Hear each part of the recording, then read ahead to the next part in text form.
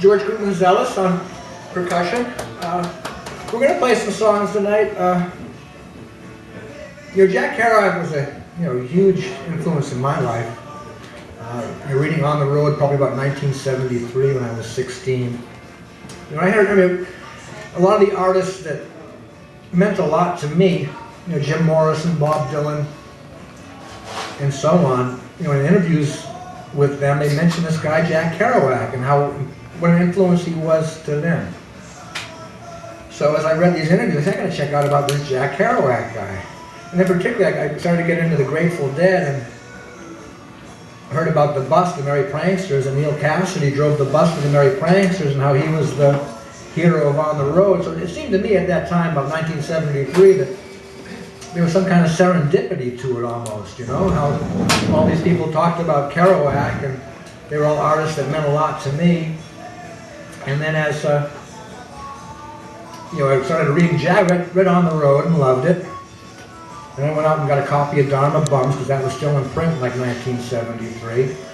And I liked that. I didn't like that as much as On the Road, but I did really respect it. And then my mom heard I was into this guy named Kerouac, and she's 86, God love her, she's still around. And she would keep her eye open. She always, going to flea markets and yard sales. So she came home with a paperback copy of Desolation Angels, with the, introduction by Seymour Krim, where Krim basically says, it's time to give Jack Kerouac the Pulitzer Prize for his dedication, how he really changed the culture over the years. And I read Desolation Angels, and that blew me away. I really love that. That might be, On the Road is the number one, but Desolation Angels to me is really close in liking that. And then, it was so hard to find Kerouac books back in those days. The only things that were really in print were On the Road and Dharma Bums. Everything else was out of print. And so I can remember, I was living in Natick, and I had a library card in the Minuteman Library Network. And so I decided, I did some searching, and I found a copy of Vanity of Duluaz over at the Concord Library in Concord, Mass. And I went and got it, and it was a hardcover copy of it. It was like one of the, and I understand that Jack only sold like about 600 copies of that, but just the thrill of having that in my hands, that copy of Vanity of Duluaz, and knowing how, many copies existed, and to read that was a huge thrill. And then the Framingham Library had the first edition of Visions of Gerard, with the illustrations and everything. So I tracked books down that way, and then finally, whatever year it was, we had the Kerouac resurgence, and everything came rushing back in print, thank goodness. My sister Lori actually found a copy of Maggie Cassidy, because Maggie Cassidy's first edition was a paperback. It came out in paperback. And she found a copy of it in someone's yard sale for like 35 cents. And it was, when you looked it up online, it was worth like about 80 bucks it went for. But, so clearly people didn't know what they had.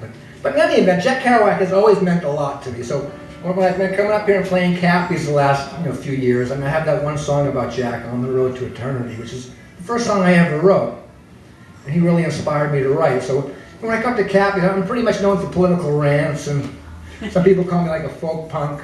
And so I'm probably sure some people are thinking, oh, why is this guy playing the Kerouac Fest?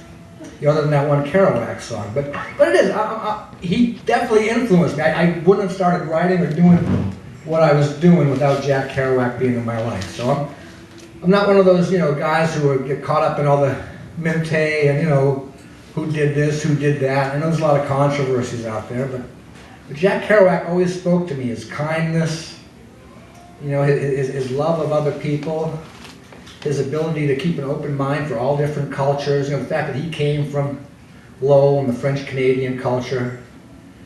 He just always inspired me in so many different ways. That's why, I don't know if any of you were at the commemorative a week ago last Saturday when David Amram